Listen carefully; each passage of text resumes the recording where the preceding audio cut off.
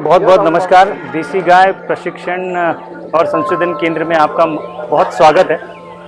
यहाँ पे 5 जो देसी नस्लें हैं दूध के, रेड सिंधी, साहिवाल, थारपारकर, गीर, राठी, इन 5 नस्लों पे दूध देने वाले, इन 5 नस्लों पे हम एक अभ्यास कर रहे हैं। और अलग अलग तरीका, जैसे कि उनकी प्रोडक्शन एबिलिटी कितनी है, उत्पादक कितनी देती है, और मस्टाइटिस वगैरह जैसे, और गोबर के बारे में, और सारे 5 ब्रीड से गोबर और उसकी प्रक्रिया और इससे क्या वैल्यू एडिशन किया जा सकता है, यहाँ पे हम लोग वो भी अभ्यास कर रहे हैं। ये 5 नस्लें हैं क्योंकि ये ज़्यादा दूध देने वाली नस्लें हैं। और ये अगर जितना दूध, क्योंकि हमेशा किसान गाय लेने से पहले पूछता है कितनी देती है, तो हम दूध के बारे में भी विचार करेंगे और उससे जो हमें गोबर मिलता है, काऊ यूरिन मिलता है, उसके बारे में भी थोड़ा एक रिसर्च के माध्यम से कुछ चीज़ें आगे लाना चाहते हैं। जैसे कि जैव मिश्रण कहते हैं, जीवामृत कहते हैं, वो खेती के लिए बहुत, पैदावार बढ़ाने के लिए बहुत अच्छी चीज़ साबित हो रही है। और रेसिड्यू फ्री फार्मिंग, इसके लिए भी, नेचुरल फार्मिंग के लिए भी अब सरकार काफ़ी बढ़ावा दे रही है कि जैसे हम रेसिड्यू फ्री और नेचुरल फार्मिंग के लिए, तो नेचुरल फार्मिंग के लिए हमें इन सब चीज़ों की बहुत ज़रूरत है।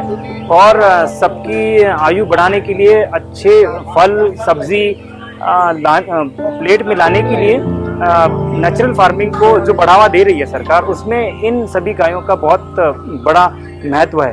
इन सभी गायों के बारे में अलग अलग प्रकार के, जैसे एम्ब्रियो ट्रांसफ़र है, खाद के बारे में है, उनके बच्चों के जैसे बछड़े हैं उनके बारे में है, ये सभी अलग अलग प्रकार के अभ्यास और संशोधन यहाँ पे होता है। आप हमारी वेबसाइट पे जाके सब ये प्रोग्राम देख सकते हैं। और हमारा मुख्य उद्देश्य है कि इन नस्लों का संख्या कैसे हम बढ़ा सकते हैं, तो उसके लिए हम कुछ डेमोन्स्ट्रेशन यूनिट भी यहाँ पे किया। जैसे हम गो परिक्रमा में अभी खड़े हैं, जहाँ पे महाराष्ट्र की 6 नस्लें और जो मैंने हमें प्रोजेक्ट के अंदर जो हमने बताई 5, जैसे 11 ब्रीड आप एक ही जगह पे देख सकते हो।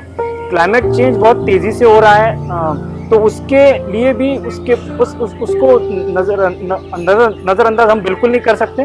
तो उसके नज़रिए में क्लाइमेट चेंज के बारे में हमको अभी जो हमारी जो नस्लें हैं, हमारे जो मिट्टी में की जो नस्लें हैं, राजस्थान की हो, महाराष्ट्र की हो, पंजाब की हो, या कहीं की भी हो, तो उन मिट्टी के नस्लों को हमें उनका संवर्धन करना चाहिए। उनकी संख्या ज़्यादा से ज़्यादा कैसे बढ़े, क्योंकि सभी घुल मिल गए हैं, सब क्रॉस हो गए हैं, तो शुद्ध प्रजाति अभी बची नहीं है। अगर हमने अभी कदम नहीं उठाए, नहीं तो फिर ये सारी प्रजाति हमें बुक में, कहीं चित्रों में देखने को मिल सकती हैं। तो हम सबसे आग्रह करेंगे कि गो परिक्रमा भी करें, क्योंकि हमेशा हम देखते हैं कई सालों से पिछले कि आईटी वाले जो यंग जनरेशन है, जो हमारे यंगर जनरेशन है, वो यह इस क्षेत्र में आने के लिए बहुत उत्सुक है। वो अलग एक एंगल से, अलग नज़रिए से देखते हैं। तो हम चाहते हैं कि ये सब स्कूल कॉलेजेस यंग जनरेशन देखें, यहाँ पे आए और किसी को ब्रीडर भी बन सकते हैं। हमारे भी संपर्क में कई ऐसे लोग हैं कलकत्ता से, कई यहाँ पे आंध्र प्रदेश के आईटी इंजीनियर आए हैं, कई राजस्थान से आए हैं।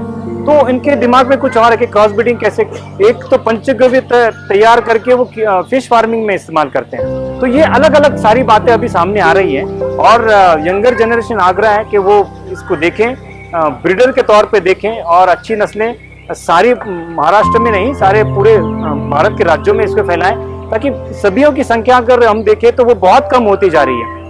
थारपारकर जो कृष्ण की गाय है सफ़ेद वाली, उसकी संख्या देसी नस्लों के कंपैरिजन में सिर्फ 0.4% है। रेड सिंधी 0.3% बची हुई हैं। और महाराष्ट्र की ब्रीड देखिए, डांगी, किला, गौलाओ, रेड कंदारी, उनका सारा परसेंटेज 0.1 से 0.2% है। तो ये हम कहाँ जा रहे हैं? तो अभी एक सही वक्त है, हम अभी कदम उठाएंगे तो हालात कुछ 20-30 साल बाद बदल सकते हैं। तो ये बहुत ही उचित और सही समय है। और हम सब किसान भाइयों से और सभी यंगर जनरेशन से मैं गुजारिश करूंगा तहे दिल से कि इस केंद्र को देखें और ब्रीडिंग के तौर पे देखें। हम ये भी प्रयास कर रहे हैं कि सारे गौशाला जो हैं पूरे भारत भर में बिखरे हुए हैं, वो एक प्रजाति के ब्रीडिंग सेंटर बने।